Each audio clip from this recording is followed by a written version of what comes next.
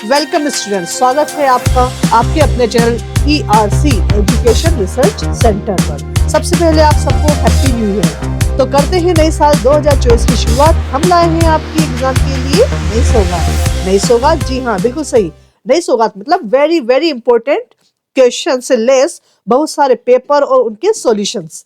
ये देखिए, practice paper English के, English set A, set B, set C, set और डी, MP बोर्ड के मॉडल पेपर और उनके साथ में हाफ ईयरली एग्जाम के पेपर, इनके साथ हाफ ईयरली एग्जाम पेपर के साथ उनके सॉल्यूशन भी।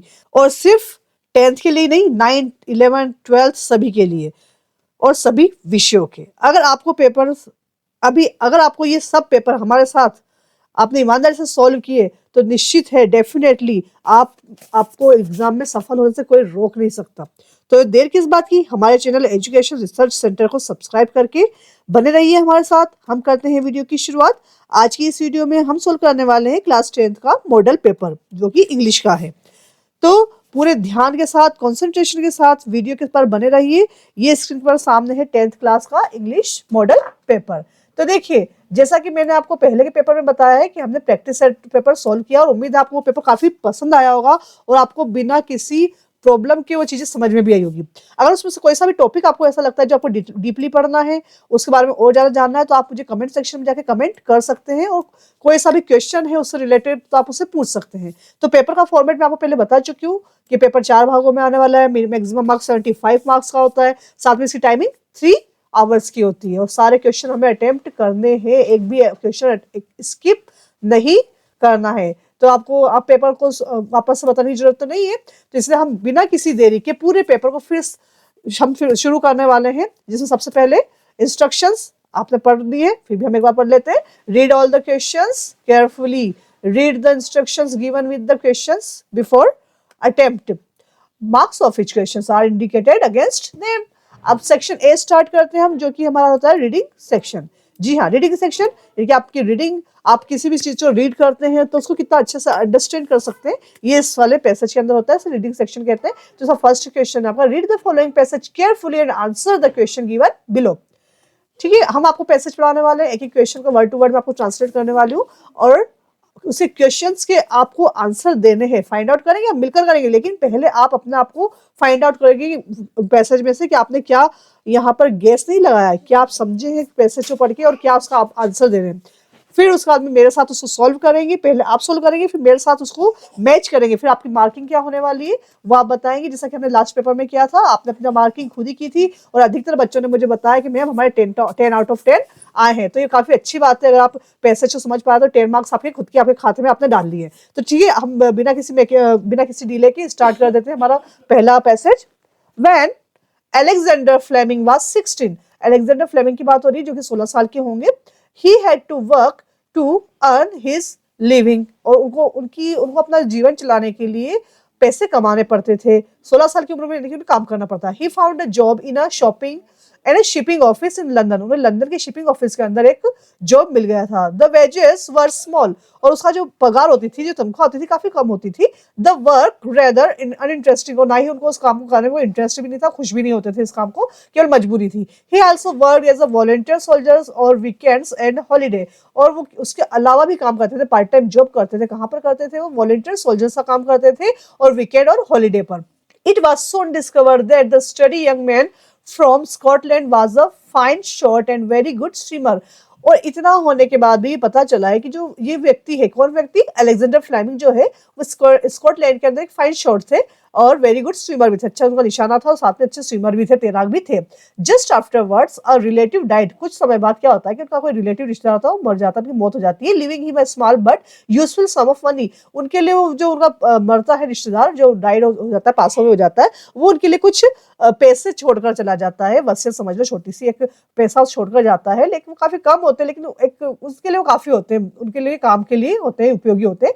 हिज ब्रदर थॉमस, उनके जो भाई होते हैं Thomas, advised him to give up the job, वो कहते हैं कि तुम अपनी जॉब छोड़ दो, एट द शिपिंग ऑफिस, जो कि वो शिपिंग ऑफिस में करते हैं, and spend the money on his training as a doctor, और जो पैसा तुम्हें जो छोड़कर गए हैं वसीयत के रूप में, उस पैसे को आप अपनी डॉक्टर की ट्रेनिंग में लगा दीजिए। एलेक्जेंडर सेड लेटर, एलेक्जेंडर, फिर ये एलेक्जेंडर हमें यहाँ पर बता रही बात, फिर वो कहते हैं बाद में, my brother Thomas pushed me into medicine, और उनके भाई ने इन्हें प्रेरित कर दिया, उन्हें डॉक्टर की लाइन में, मेडिसिन लाइन में छोड़, मतलब एक तरह से धकेल दिया कि आप उस जॉब को छोड़ो और आप ट्रेनिंग कर लो। So he joined Saint Mary hospital school, तो उन्होंने जो स्कूल है जो कि हॉस्पिटल भी है, वहां पर दोनों काम होते हैं, पढ़ाई भी होती है साथ में, हॉस्पिटल भी है वो, तो उन्होंने उस सेंट मैरी हॉस्पिटल को ज्वाइन कर लिया। ही अटेंडेड लेक्चर्स, वहाँ के वो सारे लेक्चर्स अटेंड करते थे, वहाँ पे पढ़ते भी थे और साथ में उनको वो भी ट्रेनिंग भी मिल जाती थी, मरीजों के साथ, पेशेंट के साथ रहने का मौका भी मिल जाता था। एंड वॉच ऑपरेशन, सारे ऑपरेशन वो देखते थे। ही also swum and acted in a play, और वो वहाँ पर तैराकी का काम भी करते थे, साथ में वो किसी कोई नाटक होते थे वहाँ पर प्ले के अंदर वो एक्टिंग भी करते थे।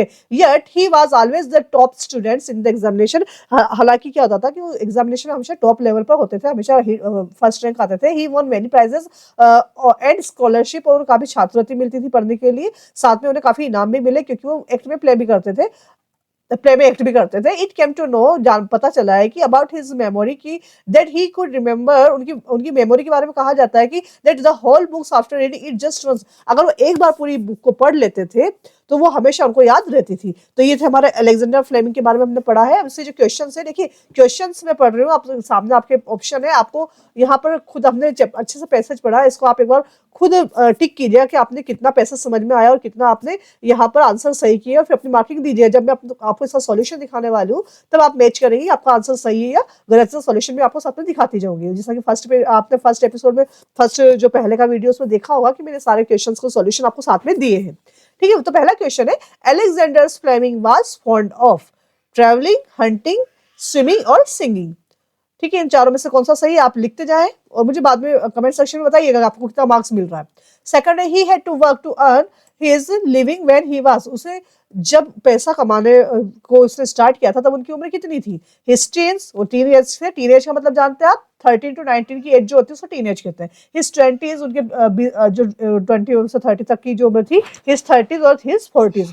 व्हाट, थर्ड क्वेश्चन है, What influenced Alexander Fleming's decision to leave his job at the shipping office? वो क्या था जिसकी वजह से उन्हें अपना जॉब छोड़ने के लिए इन्फ्लुएंस हुए थे वो? Desire for adventures, a relative's death and inheritance, pressure from his friends and disinterest in the shipping industry. Fourth है, what does uninteresting mean in the context of Alexander Fleming's job at the shipping office? यहाँ पर जो उनकी job के बारे में uninteresting word लिया है, तो अलेक्जेंडर का मतलब क्या है उससे? अनइंटरेस्टिंग का मतलब क्या है? बोरिंग होना, एक्साइटिंग होना, रिवार्डिंग होना, चैलेंजिंग होना। फिफ्थ नंबर का है, Alexander Fleming join for his medical training, और अलेक्जेंडर फ्लेमिंग ने अपनी मेडिकल ट्रेनिंग के लिए कौन सा स्कूल, हॉस्पिटल ज्वाइन किया था? हमने पढ़ा है अच्छे से, Saint Thomas hospital, Saint Mary hospital, royal London hospital और एडिनबर्ग मेडिकल स्कूल। तो उम्मीद है आप सभी ने क्वेश्चन पर टिक कर लिया होगा। चलिए अब इसका हम सॉल्यूशन देख लेते हैं कि आपने कितना सही किया और कितने में आप चूक गए। वैसे आप चुकेंगे नहीं, मुझे अच्छे से पता, आप सभी का आंसर सही होगा। तो देखते हैं, पहले वाले में सबने स्विमिंग किया है क्या? Alexander Fleming was fond of swimming, जैसा कि हमने पढ़ा था क्वेश्चन पेपर में, देखिए आपको बताती हूँ मैं, जैसा कि हमने यहाँ पर पढ़ा था, ये he was fine, short and very good swimmer. तो यहाँ पर हमें पता चला था कि उनको काय का शौक था, शॉर्ट का, और गुड स्विमर, क्योंकि वो हॉलीडे पर काम करने भी जाते थे। और साथ जो नेक्स्ट आपका जो नेक्स्ट है जो question, he had to work to earn his living when he was 16, हमने स्टार्टिंग में पढ़ा था, Fleming was 16, he had to work to earn living, ये हमने पढ़ा था, ही वाज 16। ठीक है, इसको उसका थर्ड है आपका question, what influenced Alexander Fleming's decision to leave his job. हमने देखा था कि उसका एक जो रिलेटिव डेथ हो जाता है और स्मॉल लेकिन उसके लिए यूजफुल सम ऑफ मनी छोड़कर जाता है, तो इसलिए वहां पर ये आंसर है। अगला है, what does uninteresting mean in the context of Alexander Fleming. Alexander Fleming कहते थे उन्हें काम पसंद नहीं था, जो काम पसंद नहीं होता उसमें मजा नहीं आता, वो बोरिंग होता है ना, तो वो boring. Alexander Fleming join for his medical training, तो उनके भाई थॉमस ने उनसे कहा था कि आप ये छोड़ दीजिए, और उन्होंने क्या करा था, फिर उस जॉब को छोड़ दिया था, और फिर क्या ज्वाइन कर लिया था उन्होंने, he join the Saint Mary hospital school. ठीक है, आप सभी का आंसर सही है, मुझे विश्वास से पूरा कि आप लोगों को सभी को 5 out of 5 मिले होंगे। किस किस के 5 out of 5 आए हैं मुझे कमेंट सेक्शन पर जरूर बताइए, और आपको ये बेनिफिशियल लग रहा है वीडियो तो इसे लाइक जरूर कर दे, शेयर जरूर कर दे और सब्सक्राइब जरूर कर दे। अब नेक्स्ट क्वेश्चन पर मूव करते हैं हम लोग। हमारा नेक्स्ट क्वेश्चन भी अनसीन पैसेज है, इस पर मूव करते हैं। क्या है वो अनसीन पैसेज, उसको पढ़ लेते हैं।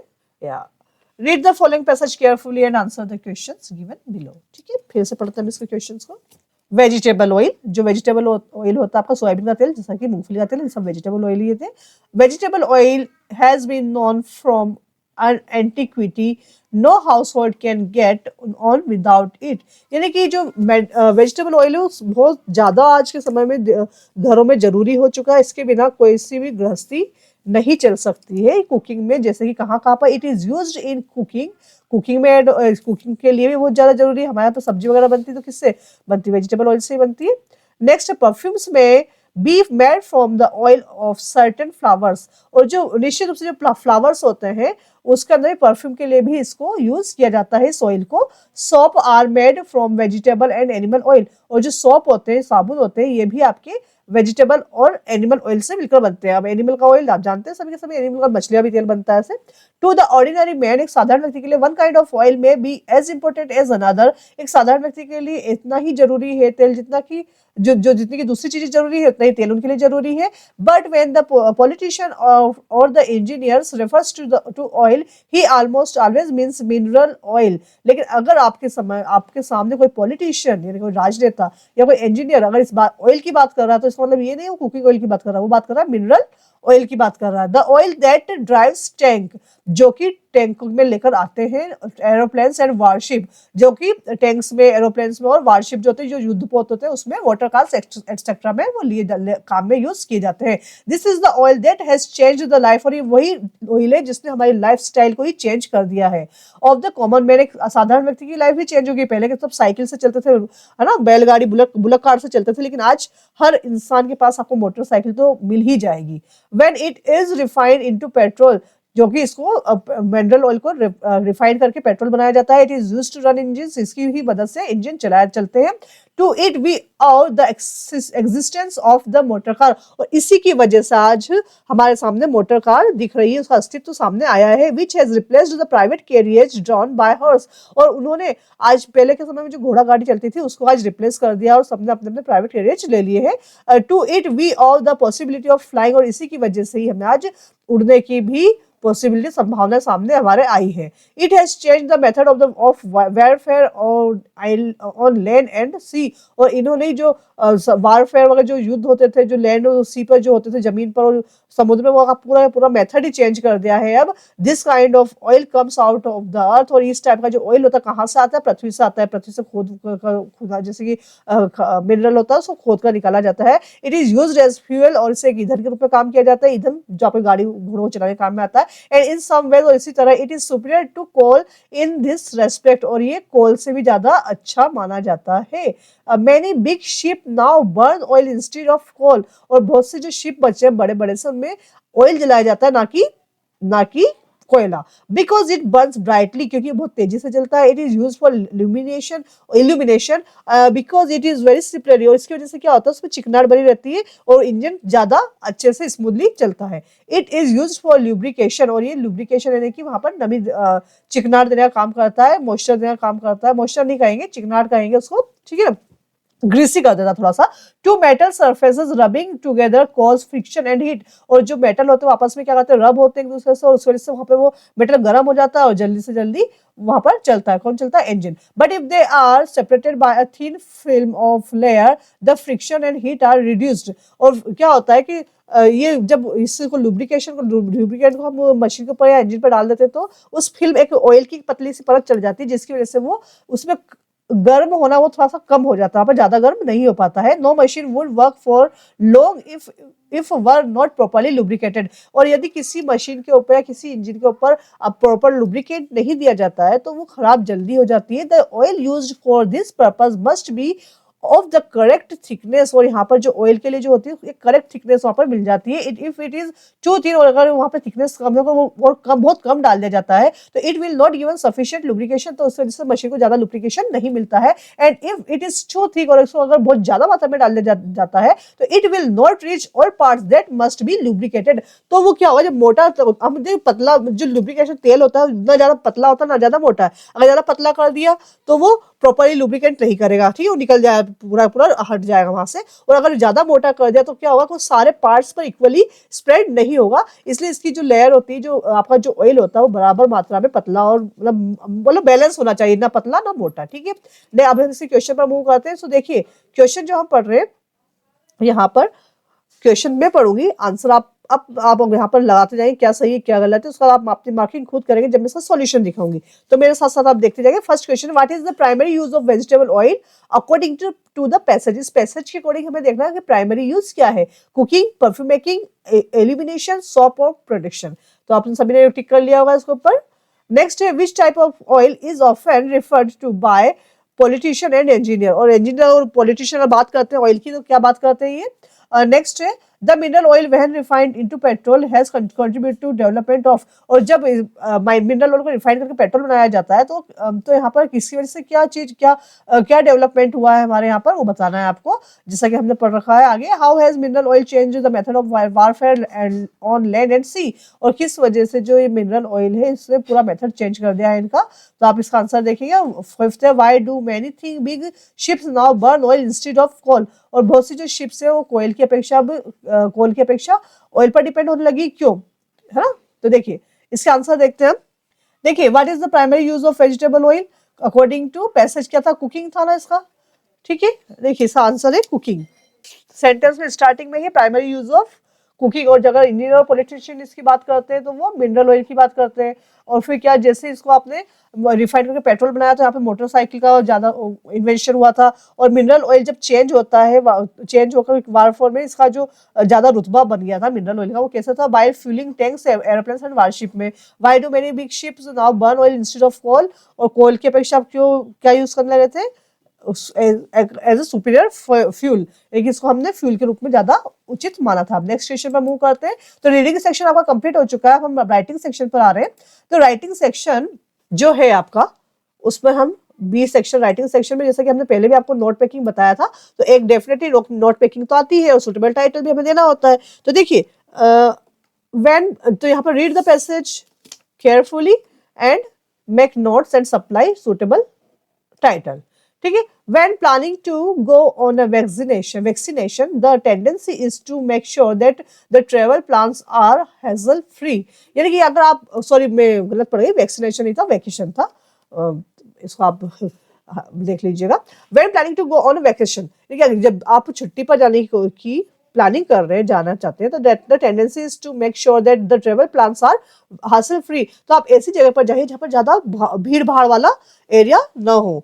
ठीक है, बिफोर स्टेपिंग आउट, बाहर जाने से पहले, ऑन वंस डोर, आपके घर से बाहर निकलने से पहले, this involves booking by train. उससे पहले हमें क्या करना पड़ता है, ट्रेन की बुकिंग करनी पड़ती है, बस और even by air to one's chosen destination. जब हम कोई डेस्टिनेशन जहां पर हमें जाना होता है वहां पर हम चूज करने से पहले क्या करते हैं, टिकट बुक करते हैं। Yet the greatest holiday can be enjoyed by going on foot and I am not referring to trekking expedition into the wild। तो यहाँ पर जो नरेटर है वो खुद क्या बोल रहा है कि जब आपको बाहर जाना होता है तो वो बोल रहा है कि मैं ऐसी कोई जगह जाना नहीं चाह रहा जहां पर मुझे ट्रेन, बस या एयर की जरूरत है। मैं तो अपने पैरों से ही घूमना ज्यादा पसंद करूंगा। और I am not referring to trekking, और मैं नहीं आपको कोई ट्रैकिंग एक्सपेडिशन पर ट्रैक करने का या वाइल्ड जगह होती है जो जंगल वगैरह, वहां पर जाने का मैं बिल्कुल भी रेफर नहीं करूंगा, बिल्कुल सलाह नहीं दूंगा। My holiday can be made into a walking trip by opting out of a bus ride or a train journey or a taxi drop by selecting to go on foot। तो वो बोल रहे हैं कि मैं ऐसी कोई जगह नहीं चूज करूंगा जहां पर मुझे कोई ट्रिप ऐसी में जो नहीं बताने वाला हूँ या जाने वाला हूँ जहां पर मुझे बस राइड की जरूरत पड़े, ट्रेन जर्नी की जरूरत पड़े और टैक्सी से मुझे जाकर वहां पर छोड़ जाना पड़े, जबकि मैं कहाँ जाऊंगा जहां पर मुझे पैदल जा सकता हूँ।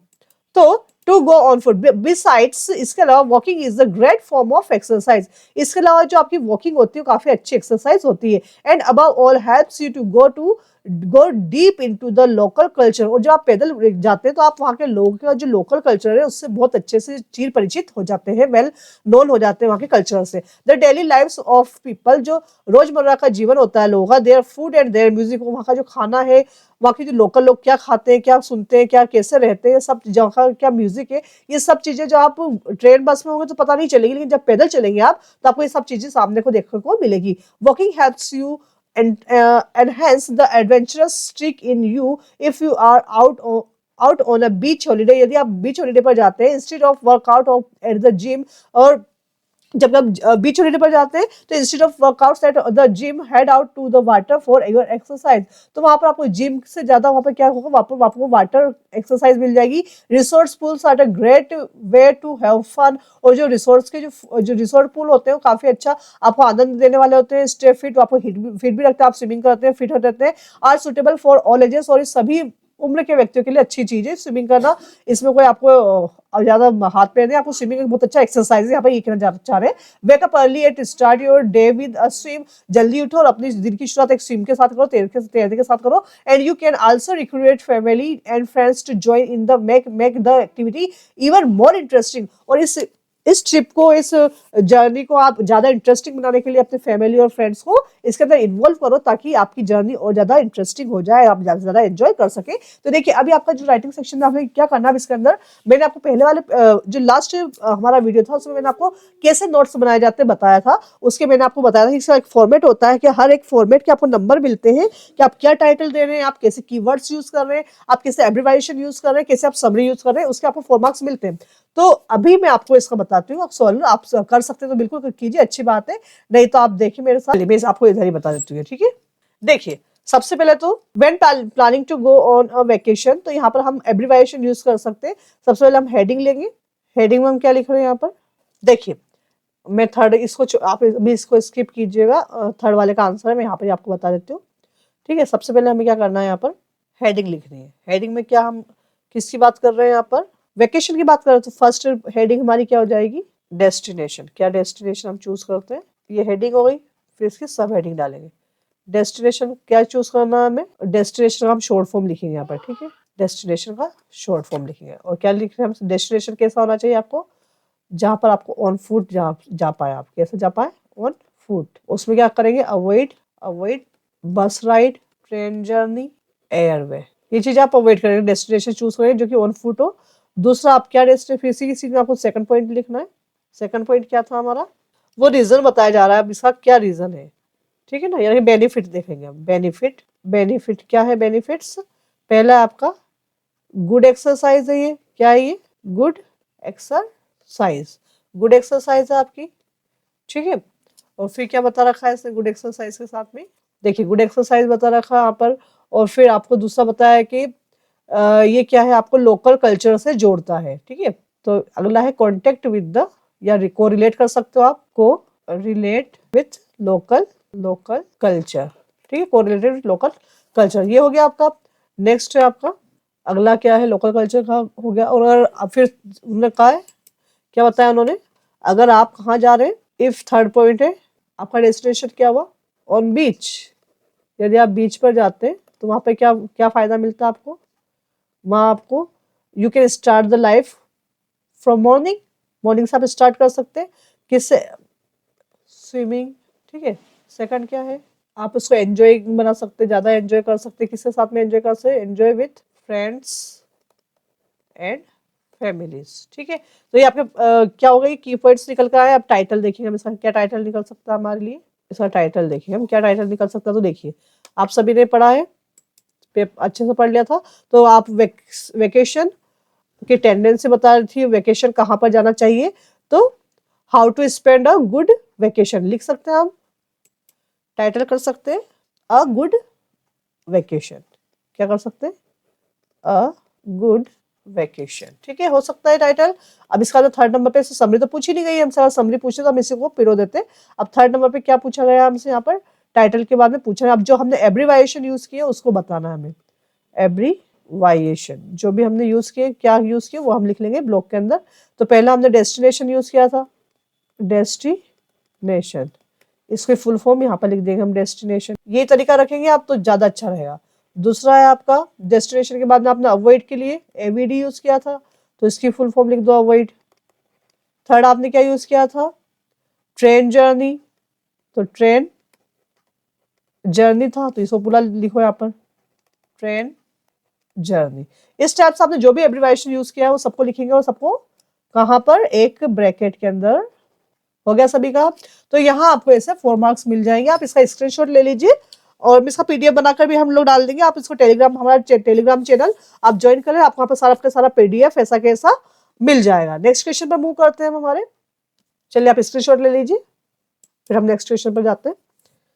देखिए नेक्स्ट सेक्शन है, you are Nishi studying in government girls higher secondary school Morena, write an application to your principal requesting him to issue books from the book bank. देखिए लास्ट चैप्टर में हमने पढ़ा था, बताया मैंने आपको एप्लीकेशन का फॉर्मेशन क्या होता है, आपको उसके मार्क्स मिलते बता चुकी हूँ। तो फॉर्मेट सेम रहने वाला है, तो हमें ज्यादा टाइम नहीं लगाएंगे, जल्दी जल्दी से आपको फॉर्मेट सभी को पता है कि क्या करना है। लेफ्ट साइड से स्टार्ट करना है, यही लिखा हुआ है, टू द प्रिंसिपल को लिखना है, स्कूल का नाम दे रखा है, जगह का नाम दे रखा है, डेट आपको डाल देनी है, सब्जेक्ट यहाँ पर दे रखा है application for issue books.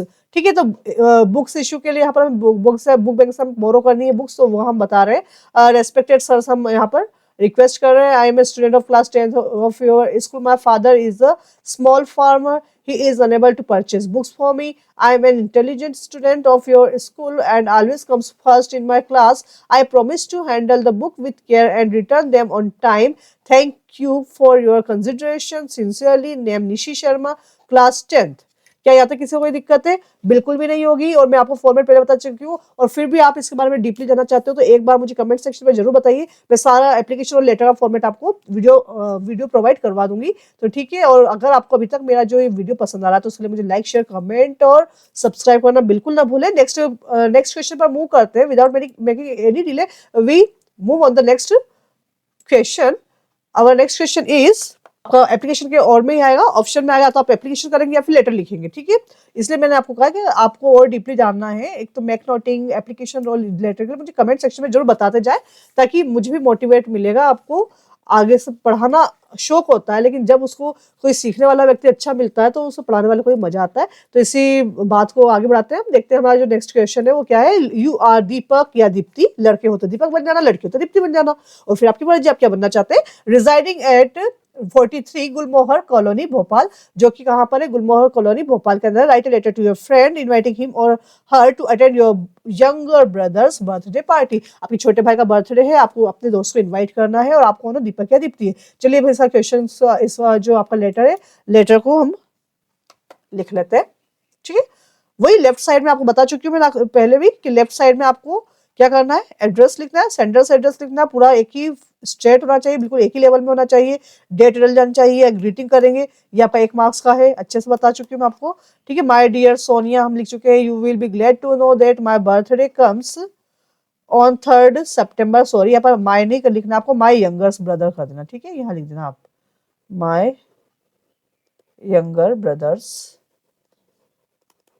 birthday comes on 3rd September. I have arranged a small party at our house about at 5 p.m. on that day. I would earnestly request you to join the party.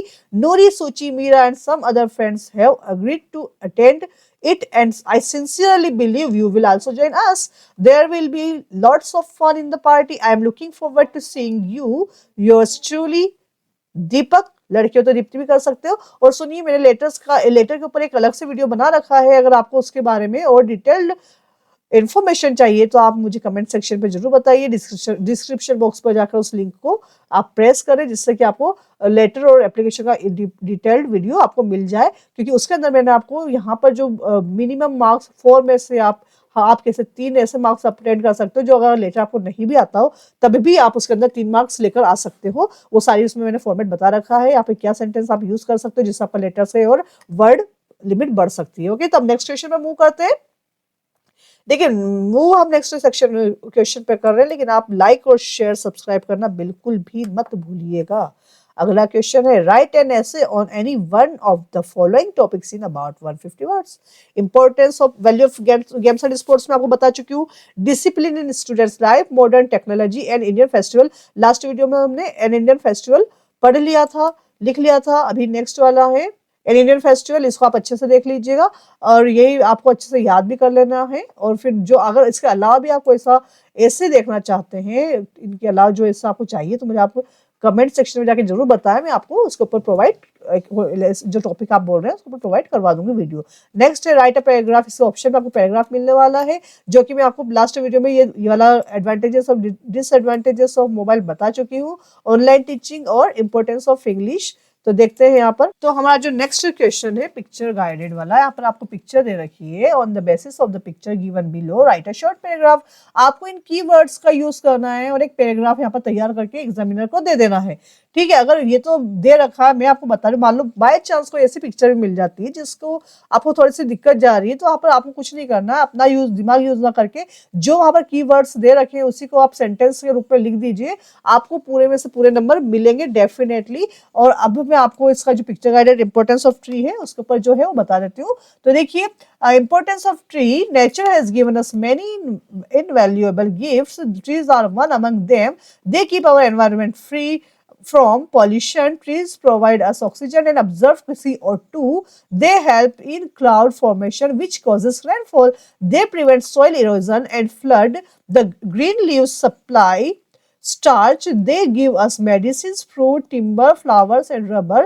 Their branches are home of our bird. They cool our houses. Trees maintain ecological balance. We must grow more. तो देखिए यहाँ पर मैंने सब कुछ यहीं से लिया है और यहाँ पर आपको दे दिया बनाकर। आगे आगे हम मूव करते हैं नेक्स्ट क्वेश्चन के ऊपर, आप इसका स्क्रीनशॉट ले लें। नेक्स्ट क्वेश्चन पर हम मूव करते हैं जो हमारा है सेक्शन सी। सेक्शन सी जो है हमारा, उस पर मूव करते हैं हम।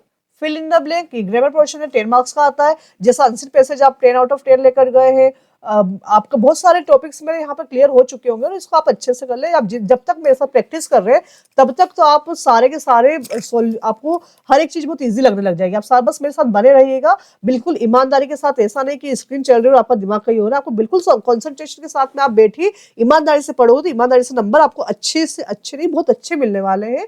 अब देखिए सेक्शन सी है हमारा, ग्रामर पोर्शन है। Fill in the blanks, any 5, यहाँ पर एनी 5 करने, लेकिन मैं आपको 7 के 7 यहाँ पर क्लियर कर दूंगी ताकि 7 टॉपिक आपके क्लियर यहाँ पर हो जाएंगे। Hurry up, we haven't got time, अब यहाँ पर मैनी, लिटिल और मच। ठीक है, तो मैं आपको देखते जाए मेरे साथ में। देखिए हरी अप, जल्दी कीजिए, वी haven't got time। तो यहाँ पर मैनी, लिटिल और मच का है। तो देखिए मैनी काहे के लिए यूज होता है हम पहले बता चुके हैं ना, काउंटेबल नाउन के लिए होता है, और लिटिल भी अनकाउंटेबल, लेकिन यहाँ पे क्या लिक्विड फॉर्म में होना चाहिए। ठीक है, अब ये जो मच है, सॉरी अनकाउंटेबल के लिए लिटिल का भी यूज होता है, लेकिन यहाँ पर हम मच टाइम का यूज करेंगे। किसका यूज करेंगे हम? मच का। Every year thousands of people die, अब ये देखो बीमारी के साथ आ रहा है, बीमारी की बात होती है तो वहां पर उसके साथ हम ऑफ का यूज करते हैं। My father is a retired teacher. ठीक है, यानी कि यहाँ पर एडजेक्टिव का काम किया है यहाँ पर इसने, तो रिटायर्ड टीचर। वी शुड, है ना, जब आपको सजेस्ट किया जाता है, एडवाइस दी जाती है तो हम शुड का यूज करते हैं। We should wear mask in crowded places. He is an American, but his wife is, अब देखिए यूरोपियन के आगे आपको आर्टिकल यूज करना है। ये स्टार्ट भले ही वोवल से हो रहा है, लेकिन साथ जो साउंड है वो लेकिन साथ साउंड वोवल साउंड नहीं है। ऐसा साउंड क्या आ रहा है आपका? कॉन्सोनेंट का साउंड आ रहा है। ठीक है, कॉन्सोनेंट साउंड नहीं, अगर वोवल साउंड आता है हिंदी का, लेकिन हिंदी का आना चाहिए। ठीक है ना, तो यहाँ पर हिंदी का साउंड नहीं आ रहा, वोवल साउंड आकर कॉन्सोनेंट साउंड आ रहा है। य, यूरोप के लिए यह शब्द आ रहा है, इसलिए यहाँ पर ए का यूज होगा। I am not going to office, तो यहाँ पर बिकॉज, क्योंकि मैं, जब यहाँ पर आपको कोई कारण दिया जाता है तो कारण के आगे आप बिकॉज का यूज करते हैं। I often go to Mumbai is the commercial capital of India. Mumbai क्या है, यहाँ पर आपको रिलेटिव क्लास का यूज करना है, तो यहाँ पर विच आएगा। ठीक है, कोई जगह का नाम होता है तो विच, वेयर। नेक्स्ट क्वेश्चन पर मूव करते हैं। Do as direct, do as direct में देखिए आप एनी 5 कर रहे हैं, हम सारे के सारे कर रहे हैं।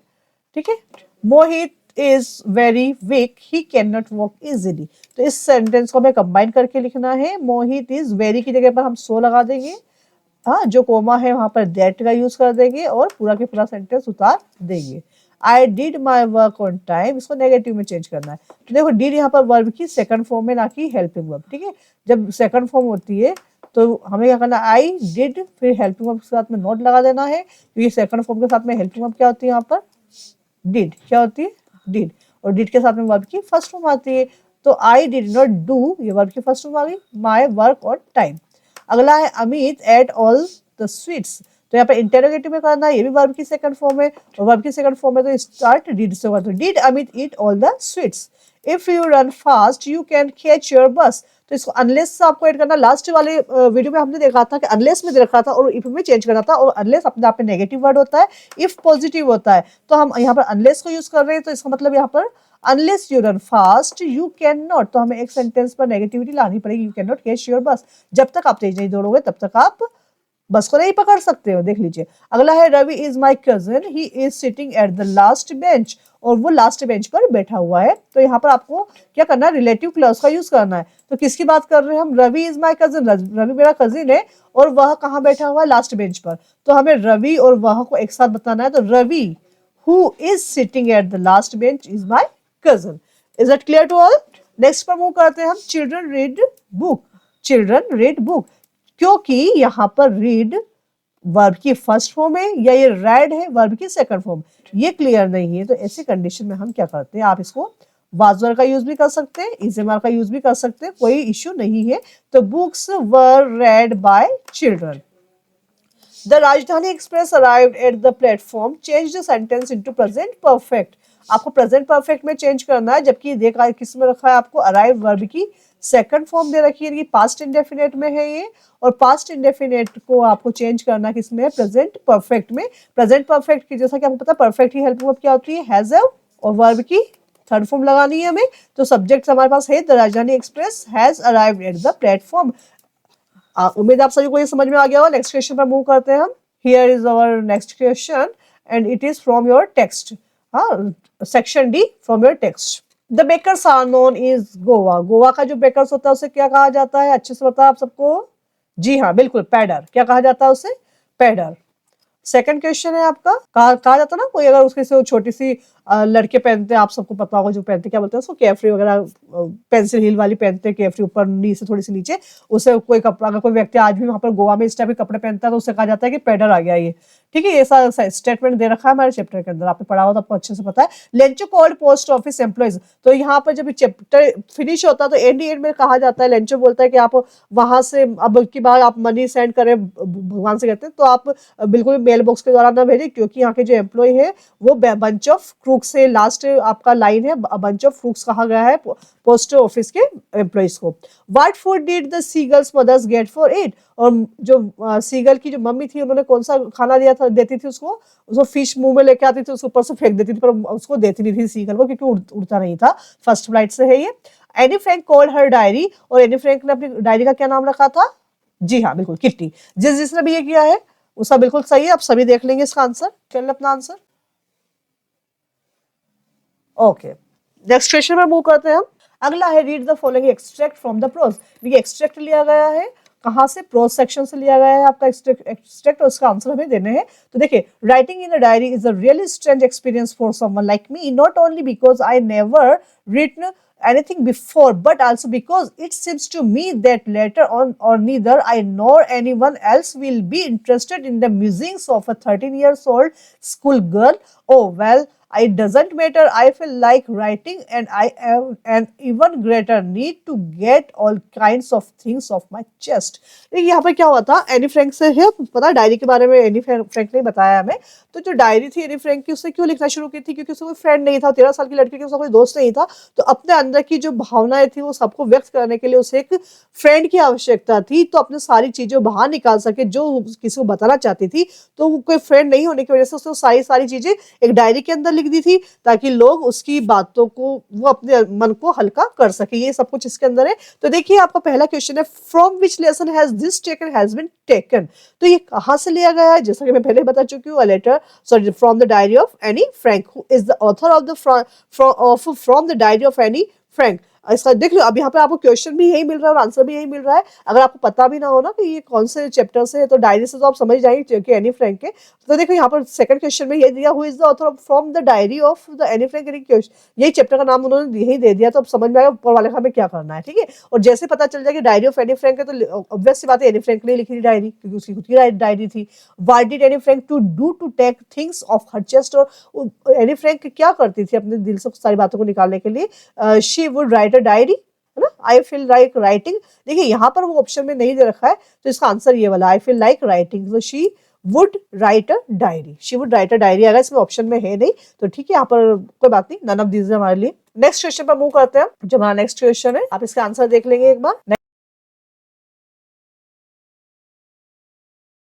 नेक्स्ट क्वेश्चन पर मूव करते हैं, जो कि आपके पोएट्री सेक्शन से लिया गया है, पोएट्री सेक्शन से लिया गया है आपका। Read the following extract carefully and answer the questions given below. Listen, the glass is breaking. The trees are stumbling forward into the night. Winds rush to meet them. The moon is broken like a mirror. Its piece flesh now. It's in the crown of the tallest oak. ठीक है, किस chapter से लिया गया है ये? आपको सबको पता होगा, ये नहीं पता है तो अभी पता चल जाएगा। ठीक है, तो ये द ट्री से लिया गया है, हमारा ट्री के बारे में बताया गया था। ट्री को आपको पता है कि इसके अंदर ट्री को किससे कंपेयर किया गया था? महिलाओं से, क्योंकि आज की जो महिलाएं हैं घर में काम करने के साथ साथ वो बाहर निकल चुकी है, तो पूरे ट्री को उन्होंने कंपेयर किया था महिलाओं के साथ में, विमेन के साथ में। तो यहाँ पर ट्री की बात नहीं हो रही, कहीं ना कहीं कहा जा रहा है कि पूरी दिन वो काम कर, पूरी रात वो काम करती है, सवेरे उठ के फिर अपने काम में लग जाती है। तो ये सब दरवाजे वगैरह खोल खाल के महिलाएं बाहर निकल चुकी है ना। तो इस टाइप से पूरा चैप्टर आप पढ़ा होगा, आपको सब याद होगा। Next, the figure of speech used in the moon is ब्रेकन like a mirror. तो जब भी किसी भी स्टेटमेंट में लाइक वर्ड आ जाए, एज वर्ड आ जाए, तो आप समझ लीजिएगा वो सिमिली है। क्या है वो? सिमिली। और फिर डायरेक्ट आपको एक चीज को दूसरी चीज से उसकी समानता बताई जाती है, एक दूसरे से क्या सिमिलरिटी है दोनों के अंदर, तो वहां पर लाइक और एस का यूज होता है। और मान लो अगर ये वर्ड यूज नहीं हो रखे लेकिन फिर भी दोनों को इक्वल बताया जा रखा है इनके बिना, तब वो मेटाफर हो जाता है। लेकिन अभी और ये दोनों चीज मेटाफर और सिमिली लगभग एक जैसे होते हैं, बस सिमिली के अंदर यही है कि यहाँ पर लाइक और एस का यूज हो जाए तो सिमिली वर्ड होता है। अदरवाइज अगर दो चीजों की इक्वालिटी बताई जाती है और बिना लाइक और एस के, तो वहां पर वो मेटाफर होता है। अगला है the opposite of the word forward is. Forward का अपोजिट क्या होगा? ऑफ कोर्स बैकवर्ड होगा। वेरी गुड, सबका सब कुछ सही है।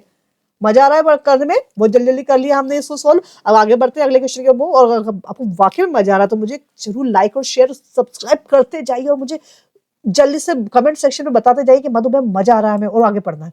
ठीक है, क्योंकि आपको अच्छा लगता है तो मुझे पढ़ाने में और ज्यादा अच्छा लगता है। नेक्स्ट क्वेश्चन पर मूव करते हैं। Question number 11, answer the following questions 30 words. 30 words में आपको देना है। Why did the post master send money to Lencho? Why did he sign the letter God? तो लेंचो ने मनी क्यों, लेंचो को पोस्टमास्टर ने मनी क्यों सेंड किया था और साथ में उसने क्यों लिख दिया था कि ये गॉड के द्वारा भेजा गया है?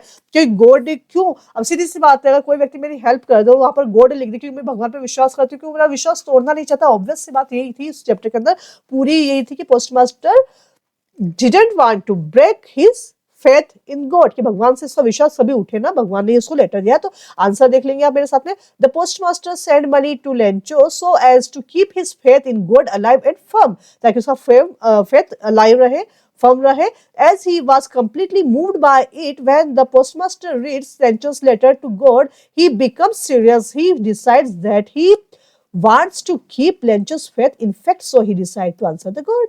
Okay, why did courage Mintu Mandela? ये क्वेश्चन देखो लास्ट में भी था, अभी भी ये कितना इंपॉर्टेंट क्वेश्चन है, ये बार बार रिपीट हो रहा है, तो आपको इसमें अच्छे से आपको देख लेना है। मैंने कहा ना मैं आपके सामने वही क्वेश्चन लेकर आने वाली हूँ जो बहुत इंपॉर्टेंट है, ऑलवेज रिपीट हो रहे हैं, ईयर बाय ईयर हो रहे हैं, तो आपको ध्यान रखना है। According to Mandela, courage was not the absence of fear but the triumph over it. A brave man is not one who does not feel afraid but one who conquers that fear. जो व्यक्ति डर, जिसके अंदर डर है नहीं है, वो करेजियस हो ये जरूरी नहीं है, लेकिन अगर किसी ने अपने फियर के ऊपर ओवरकम कर लिया है, उसको फियर को के ऊपर कॉन्क्रीट कर लिया है उसको, तो वो अपने आप में करेजियस मैन है।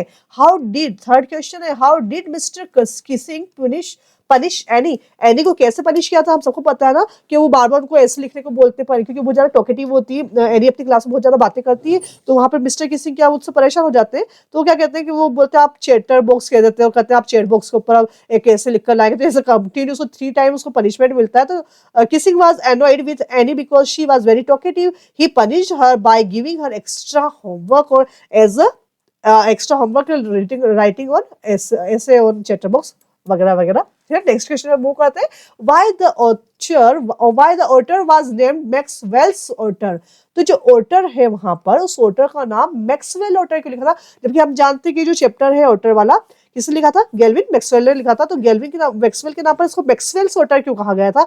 क्योंकि क्या आपने देखा हो, जब ऑटर देखा था तो ऑटर कहाँ रहता है? एक मार्शी एरिया में रहता है जहाँ पर दलदल होता है, और जब उसको अमेरिका ले आया जाता है तो क्या होता है, वहाँ पर कोई भी व्यक्ति उसको जानता नहीं था ये क्या है, कोई उसको नेवला कह रहा है, कोई क्या पता नहीं क्या क्या, उसको अलग अलग बेचारे को नमूना बना के घुमा दिया जाता था। तो ऐसी कंडीशन में उन्होंने कहा कि ये ओटर है। बाद में पता चलता है कि ओटर ऐसी रेस थी जो कि अमेरिका में नहीं मिलती थी, अरब से लेकर आए थे मैक्सवेल। तो Maxwell's otter was a race of previously unknown to science and people, है ना, जो पहले कोई नहीं जानता था। The author Gavin Maxwell was the one who first befriended the animal and brought to the notice of the scientist. Hence, zoologist named the otters Lutrangles perspicillata Maxwell, or in other word Maxwell's otter. तो यहाँ पर इसका नाम लिखा हुआ है पूरा के पूरा, साइंटिफिक नेम है, याद कर लीजिएगा। मेरे तो काफी मुश्किल है पर आप याद कर लेंगे, आप बच्चे सब कुछ याद हो जाता है। ठीक है, तो आप इसको याद कर लीजिएगा, नेम अच्छे से याद कर लीजिएगा, बहुत इंपॉर्टेंट क्वेश्चन है ये मैक्सवेल का।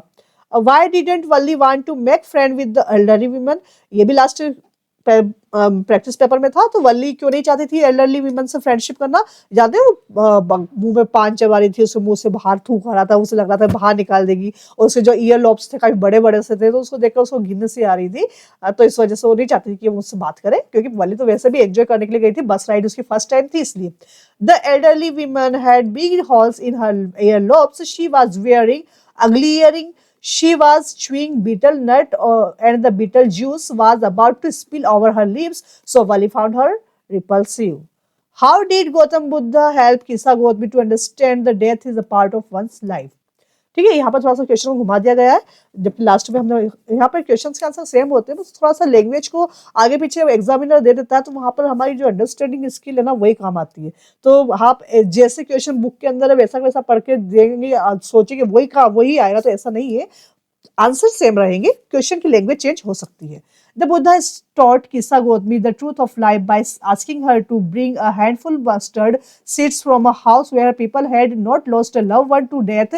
Kisa Gotami's futile search made her realize the bitter truth that sorrows are a part and parcel of life. ठीक है, नेक्स्ट क्वेश्चन है, when would the beggars come every day? Why did the children run to meet him?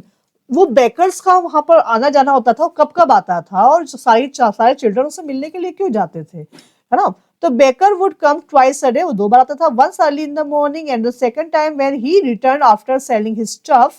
The children would run to meet him as they wanted to have bread bangles, और बच्चे ऐसे मिलने आते थे क्योंकि वो उसको जो बन को क्या बोलते थे, चूड़ी, वो बन ऐसा होता है ना, गोल गोल सा होता है इस टाइप से, और है ना, तो ऐसा लगता है इस टाइप से बन, इस टाइप से कुछ होता है, तो वो सोचते थे कि बेंगल है, शायद चूड़ी है, तो उसको बेंगल समझ के वो ले ब्रेड का बेंगल खरीदने के लिए उसके पास जाते हैं। ऐसा नहीं था, उनके पास तो नौकर चाकर भी थे, लेकिन वो बस बच्चे तो ऐसे होता है, कुछ बेचने वाला आता है वो चले जाते हैं देखने के लिए, है ना, मैं भी चली जाती थी।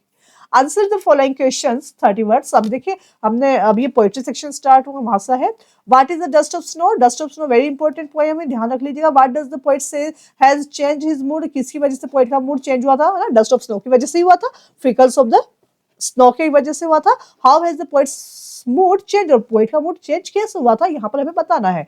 Dust, a dust of snow could mean a freckle of snow, or it could also refer to the little white flowers that can be found on a hemlock tree. This dust of snow changed the poet's mood. The poet's mood changed from that of a dismay of joy. जो joy की कमी हो रही थी उसकी life में, वो सब कुछ इस डस्ट ऑफ स्नो ने बचा लिया, नहीं तो पूरा दिन बर्बाद कर देता, सिर्फ इसलिए कि मेरे आज सारे बैड ओमेन सामने आए हैं, क्रो सामने आ रहा है, हेमलॉक ट्री सामने आ रहा है, इस बैड ओमेन से सबको बाहर निकला, वो जो शुक कर देता है क्रोस के ऊपर डस्ट ऑफ स्नो, उसकी वजह से सारा होश में आ जाता है, बोलता है नहीं ये सब चीजें वहम के लिए होती है। What could Amanda do if she were mermaid? ये क्वेश्चन रिपीट हुआ है ना, तो अगर अमेंडा मरमेड होती तो वो क्या करती? Amanda were a mermaid, then she would drift slowly on a languid emerald sea, she would be the sole inhabitant of the relaxed green sea and would move slowly on it. यहाँ पे Amanda क्या करती कि बिल्कुल अनाथों की तरह वो mermaid होती, जल मछली होती, वो क्या बोलते हैं वो पानी की मछली, आदि मरमेड ही कहते हैं ना उसे। तो जो मरमेड होती है वो क्या करती है, पूरा जो हरा हरा सा समुद्र होता है उस समुद्र के ऊपर आराम से गोते खाती रहती है, और कुछ भी नहीं होता, उस बस समुद्र होता है और वो होती है ना। तो अब अगला क्वेश्चन है, why did the poet offer the boy money to buy another ball?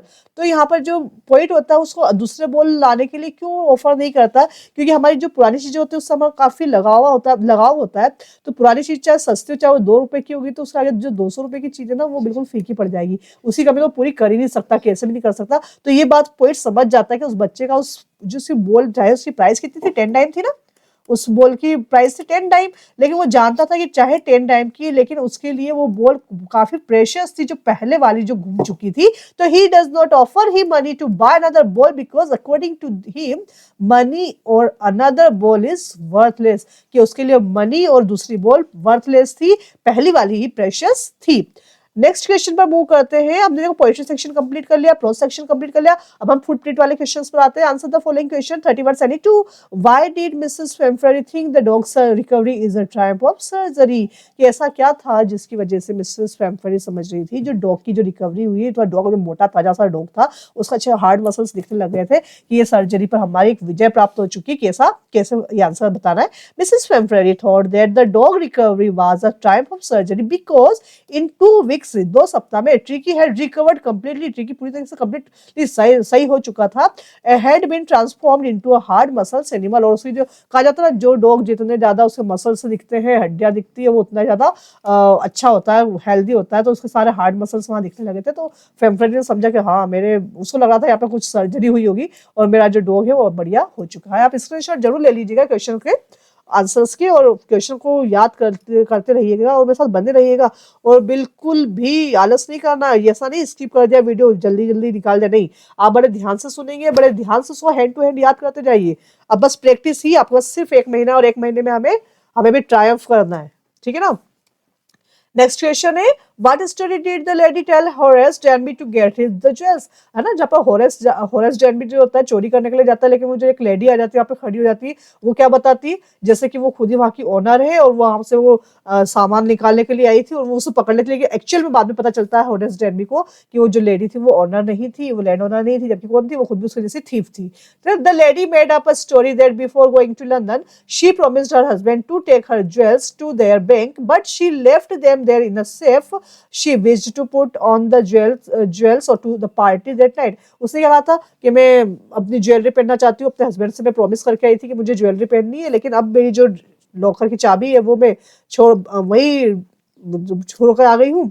तो इस वजह से क्या है, आप उसको लॉकर खुलवा लेती है और पूरी ज्वेलरी लेकर चली जाती है। How did Griffin become invisible, जो ग्रिफिन नाम का साइंटिस्ट था वो इनविजिबल कैसे हुआ था, इनविजिबल कैसे हो गया था। He injects himself with the formula over the course of a month and becomes invisible, उसे इंजेक्ट कर लिया था अपने आप को। Why did the seagull's father and mother threaten him and cajole him to fly, तो सीगल के mummy पापा ने उसे कैसे मना लिया था, कैजुअल मींस मना लिया था उड़ने के लिए। What compelled to young seagull to fly, और ऐसी क्या मजबूरी हो गई थी जिसकी वजह से यंग सीगल को उड़ना ही पड़ा था। इसको 75 वर्ड्स में आपको लिखना है। The young seagull parents threaten and cajoled him to fly because they wanted him to become self dependent, they knew that he would never be able to do anything if didn't learn to fly, क्यों जानते थे अगर उसने उड़ना नहीं सीखा, उसने उड़ना नहीं सीखा तो जिंदगी में कुछ भी नहीं कर पाएगा, खाना पीना कैसे करेगा, है ना। हमारे लिए जैसे जरूरी है पढ़ाई लिखाई, ऐसे उनके लिए उड़ना जरूरी है, पक्षियों के लिए। यानी कि इंसान को हमेशा परीक्षा तो देनी पड़ती है, सीखना तो पड़ता ही है। तो आप भी सीखते जाइए और पढ़ते जाइए और एग्जाम देते रहो और अच्छे से अच्छे नंबर लेकर आओ। फिर मुझे कमेंट सेक्शन में बताओ, मधु मैम हमारा पेपर बहुत अच्छा गया और हमने इतने परसेंटेज बना लिए हैं, ठीक है। तो इसे सीखना तो है, तो सीखते जाइए। अगला है, baking was considered an important and profitable profession in the traditional Goa village explain, तो बेकिंग का जो धंधा पानी था पहले के समय में, जो गोवा में इतना प्रॉफिट वाला कैसे हुआ करता था, ये बताना है आपको इसके अंदर। Yes, baking was really a profitable profession as the bread was an important part of the food of the Goa people. The bakers earned well and kept servant their families looked happy and prosperous, they never starved, यानी कहा जाता था कि वहां पर उनके servant काम करते थे बेकरी में और उनकी जो फैमिली कभी भी भूखी नहीं मरती थी। अगला क्वेश्चन है, अकॉर्डिंग टू रॉबर्ट फ्रॉस्ट, अब रॉबर्ट फ्रॉस्ट की 2 poem fire and ice and dust of snow, दोनों को अच्छे से देख लेना आपको। What are the 2 different views about the end of the world, वो फायर एंड आइस आ गया यहाँ पर, देख लीजिए। In Robert Frost poem fire and ice it is clear that the fire and ice are symbol representing desire and hate respectively. Both of these concept I directly mentioned in the lines of the poem. Desire and hate are figured as destructive forces much like fire and ice. लेकिन definite है, इंसान में गर्मी ज्यादा हो जाए, ठंडे ज्यादा है, दुनिया को तो खत्म होना ही है। अभी हम जम जाएंगे तब भी मरेंगे, आग में जल जाएंगे तब भी मरेंगे। लेकिन यहाँ पर जमना और जलना नहीं था, यहाँ पर क्या था, डिजायर और हेट्रेड, 2 चीजें थी जिसकी वजह से आज इंसान बिना आग और बर्फ के जल रहा है और जम रहा है, ठीक है। नेक्स्ट क्वेश्चन में मूव करते हैं। What is theme of the poem a tiger in the जू, और टाइगर टाइगर इन द जू की जो थीम वो क्या थी, the theme of tiger in the zoo is that wild animal should not be imprisoned, they should be allowed to stay in their natural habitat freely being their natural free self explanation. Humans are cruel for their entertainment and selfish reason, they take away the freedom of a living being. यानी कि आप किसी को भी जू में भले कितना भी जानवर हो, लेकिन वाइल्ड तो वाइल्ड ही है, वो जंगल ही ज्यादा उनका एटमॉस्फेयर, उनका इनहेबिटेट तो वही है ना, तो क्यों हम उनको पिंजरे में रखे? वो सिर्फ हमारे एक अम्यूजमेंट के लिए, हमारे बस शौक, हमें एंटरटेन करते हैं, वो हम होते हैं एंटरटेनमेंट, बेचारा उनका थोड़ा कुछ होता है, वो तो बस बाहर की दुनिया वो भी तो चाहते हैं ना। How did Bholi's teachers play an important role in changing the course of her life? तो यहाँ पर जो भोली है उसका क्या, हाँ, तो भोली का जो टीचर है उसकी लाइफ को चेंज करने में कैसे उनका रोल इंपॉर्टेंट है वो देखते हैं। Bholi's teachers played an important role in changing the course of her life. She was polite and friendly which touched her heart. She encouraged Bholi every time and she was affectionate towards her. She asked Bholi to put aside her fear और of not being able to speak properly. तो यहाँ पर क्या होता है, जो भोली को, एक तो अगली होती है बहुत, भोली हमें पता है अच्छे से ज़्यादा खूबसूरत नहीं होती है, तो इस वजह से वहाँ का तहसीलदार बोलता है आप इसे पढ़ा लिखाओ, ताकि खूबसूरती इतनी जरूरी है, जरूरी ना हो, खूबसूरती से बढ़कर भी आपकी इंटेलिजेंसी भी होती है, आपकी आप में कॉन्फिडेंस होना चाहिए। ये सब चीज़ें तहसीलदार रामलाल जी को समझाते हैं और रामलाल जी अपनी बेटी को पढ़ने के लिए भेजते हैं। और पढ़ने के बाद जैसे टीचर होता है ना, वो मिट्टी को ठोक ठोक पींज के एक मटका बना देता है बढ़िया सुंदर सा, तो ऐसे ही वहाँ पे जो भोली का टीचर है उस भोली के ऊपर बहुत वर्क करते हैं और उसमें कॉन्फिडेंस लेवल बढ़ा देते हैं। तो ये वाली कहानी है इसके अंदर। What would have happened to Matilda if she had confessed to her friend that she had lost her necklace? तो यहाँ पर नेकलेस के होने वाली बात है कि Matilda if she had confessed, अगर वो मान लेती मैटिल्डा की यहाँ पर जो उसका जो फ्रेंड का जो नेकलेस खो जाता है, जो कि नकली होता है, लेकिन मैटिल्डा क्या सोचती है वो ओरिजिनल है, उसके लिए वो बेचारे पूरे जमीन पर आ जाते हैं, अपनी खूबसूरती बनाने के लिए वो बोरो करके लेके आती है किसी का नेकलेस। तो वो क्या, if Matilda would have confessed to her friend that she had lost her necklace, she might have been in lesser trouble than what she faced after having replaced the necklace. Her friend would definitely have been angry with her. तो यहाँ पर कहा गया है कि अगर वो सब कुछ बताती तो उसका जो फ्रेंड उसमें हो सकता है गुस्सा हो जाता, और अब उसने चुपचाप रिप्लेस कर दिया, तो इस वजह से उसको इंसल्ट फील भी नहीं हुई और उस पर एंग्री भी नहीं हुई। कौन? उसकी पड़ोसन, जिससे कि वो मांग तूंग कर नेकलेस लेकर आई थी, इसलिए आपके पास जो है वही पहन लो, किसी से मांगा तूंगी बिल्कुल नहीं करनी हमें। ठीक है, नेक्स्ट क्वेश्चन। जी बिल्कुल, आप सारे क्वेश्चन हो चुके हैं और आपको मजा भी आया होगा और आपको अच्छा लगा ये सेशन, तो आप इसे लाइक कर दें, शेयर कर दें और कमेंट सेक्शन में मुझे बताएं कि आपको और क्या क्या पढ़ना है। अभी तो आप प्रैक्टिस सेशन पर हैं, प्रैक्टिस अच्छे से कीजिए। 2 प्रैक्टिस पेपर हम लगा चुके हैं और सारे के सारे आपको डाउट्स क्लियर होते जा रहे होंगे। और कुछ भी चीज़ आपको लगती है कि मुझे डिटेल में चाहिए तो आप मुझे कमेंट सेक्शन में जरूर बताइए और बने रहिए आपकी अपनी मधु मैम के साथ और आपके अपने चैनल ERC पर। मिलते हैं नेक्स्ट वीडियो में, जब तक के लिए best of luck for your exam और तैयारी करते रहिए। चाय पी लीजिए, रेस्ट ले लीजिए। Okay bye.